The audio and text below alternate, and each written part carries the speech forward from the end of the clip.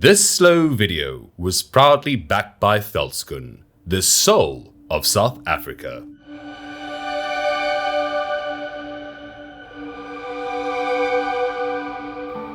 The symbols and icons of South Africa are recognized worldwide. It's exported and packaged to generate cash, status, and admiration. And then there's the Springboks. No, not that one, this one. The men in green and gold can bring people to tears. They generate higher social power than Eskom and have a following more loyal than a politician. But what is it about the Springboks, and why do they have such a tight grip on the psyche of South Africans? There he goes. Now it goes wide. Slipped the tackle.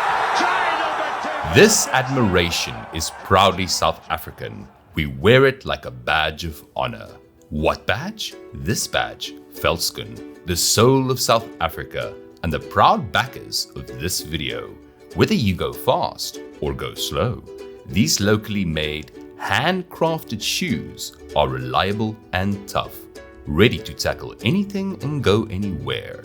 The Springbok Veldskoen is the official supporters' shoe of the Springboks. To win your pair of Springbok Veldskoen and score a bonus pair for your bookie, visit winwithveldskoen.com.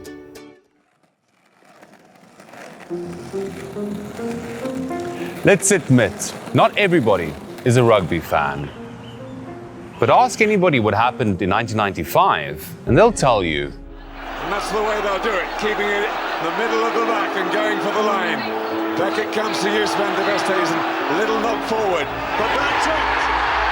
South Africa have won the World Cup. Whether they lived through the moment or heard about it decades later, it's a story that gets passed on from Gen X to Gen Z, one engraved in South Africa's history. That final whistle did not echo an end, but a beginning. This was the moment South African rugby was reborn and South Africa redefined. From bleachers to TV screens, the world looked on and saw how sport can unify a country. When you stand up and you take in the noise and the crowd that was around, what we saw was just truly inspirational, and it took quite a fair bit of the pain away. The history of rugby is not as cheerful. For far too long, its popularity was bitterly divided. The Brits brought the game to South Africa, missionaries, settlers and soldiers, powered by control and armed with a ball. All for fun, nothing official, until one day in 1862. On the field, right here in Greenpoint, Cape Town, the Army versus the Civil Service huddled together. Who won? No one. It ended in a goalless draw. But rugby's ego was not bruised. It spurred a media frenzy. And it kicked off. By 1896, the boys had a brand, green jerseys and a winning test match against Britain to boot. Then the name followed, Springboks, coined by then captain Paul Ruiz. The appetite for rugby became unstoppable, from school fields to fans, with green and gold pulsing through veins. But it was all one-sided. In the eyes of the government, it was a white man's game. The 1921 match against the Maoris sparked outrage. And when Errol Tobias joined the Springboks 60 years later, segregation still had a firm grip over South Africa. This woke up the rest of the world in the 80s. The Boks got an indefinite red card and missed out on the first 2 World Cups.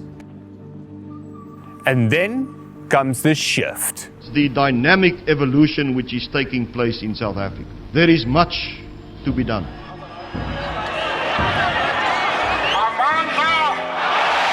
Apartheid is over.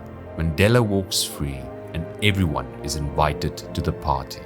The Rugby World Cup, hosted by us, South Africa. It is my privilege to declare this, the 1995 Rugby World Cup tournament, open.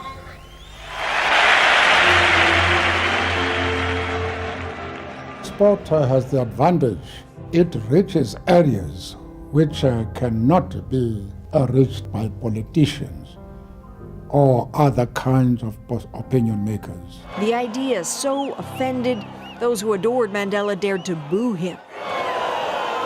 Against the wishes of many ANC leadership, he saw the potential of sport for all. The first match of the Rugby World Cup kicks off. Democracy is still an infant. Here and there, supporters wave the old flag. On behalf of that Mlungu, sorry, not everyone got the memo. Then comes the final match. South Africa versus their arch rival, the All Blacks. The change is tangible. Support louder. Fans more diverse. In Ellis Park, there's a sea of new South African flags. And as Mandela walks onto the field, the crowd chants. If South Africa lost against New Zealand that day, Madiba would have still succeeded in harnessing the power of sport. But a win was just so much sweeter. It acted as a catalyst for change. I was entrenched in a very symbolic moment of unity. I'd never played the game before. I saw this group of 22 men bringing people together. I saw grown men crying, and I saw barriers being broken down like nothing other has been done before. Using sports as a diplomatic tool is nothing new. It has its roots in Greece. So, imagine this. Instead of South Africa, it's happening in Greece. Instead of the box, it's Olympic athletes. Instead of a rugby ball, it's a javelin. The rest of the country is fighting, burning to the ground. But not here. The Olympic truce is keeping things safe and peaceful. And the games?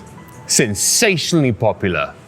Arenas filled with roaring spectators, reasserting their national identity, coming from every level of society. Athletes pitted against one another, seen as demigods, heroes, part of the fabric of history. And while it did not stop war, it was the antidote. The Greeks were onto something. Time and again, Springbok rugby has proven itself as the neutralizer. From the dawn of democracy to the slew of modern-day problems is a nation that yearns for something to hold on to. Just any sliver of hope. A notion not many of its competitors would understand. And in South Africa, pressure is not having a job. One of your close relatives being murdered. In South Africa, there's a lot of problems, which is pressure. And rugby shouldn't be something that creates pressure on you. Rugby should be something that creates hope. So for those 80 minutes, you agree with a lot of things that you normally disagree. And we just start believing in that and saying, but that's not our responsibility, that's our privilege. A good game is a nod that things are okay, even if it's not forever. Vibrating not just through a country, but an entire continent. It's this flood of support that will paint the Greek gods green with envy. There's an energy that roars far louder than Madiba's expectations in 1995, a fundamental cultural marker bursting at the seams. And even in its absence, there's a sense of belonging. For the Springbok oracles and the boys who dream, for the ones who cheer despite not knowing the rules, and supporters who get caught in the wave wholeheartedly. I support my country supports me. As the years roll by, the legend grows. The Springbok fan has evolved with its newfound diversity. Today, rugby looks vastly different. Well, maybe not that much different. But it defeated its origins and dark beginnings, from the elite private school pitches to small town fields. It evolved, got a facelift, a reboot. And while some earworms are here to stay,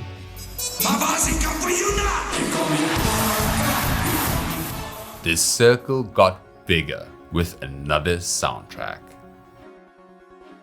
The image of rugby has grown up. From the bottom of the bleachers, it climbed to a higher echelon. It navigated through the smoke cloud of bars, beers and braais, emerged from slapstick comedy, and became a phenomenon of influence beyond collector's items and centerfolds. It got a cultural reset, and maybe that's why the Springboks are often held to a higher standard, with the weight of a country on their shoulders more than that of a president or a superhero. From the fashion choices and game tactics to the juicy headlines, not to mention the fights that is sometimes even mirrored. Yes, it's nowhere near perfect, but the Boks, just like the athletes from ancient Greece, have a demigod-like status in South Africa. Euros, names immortalized in the Hall of Fame, wins splashed across a banner of unity, and a team with a chokehold on the masses. No way! Yeah. KSI talking about me. Wait, hold on. How about it? Why are you fanboying? Bro, you're the legend. For decades, South Africa has been fed a foreign diet, pushed down our throats, splashed across our screens, speeding down the road, packaged as must-haves, paraded in magazines, with even our own exports sold back to us. But rugby, now that's a staple. It simmers in the global spotlight. It's Mzansi's Hollywood, cinema verite, high on the shelf of society and bigger than an Oscar-winning blockbuster. There are stories, and it's real. Plots that twist and grip. Backgrounds relatable. Inspiration attainable. Brimming with melodrama. Money shots, symbolism, subtext, sequels.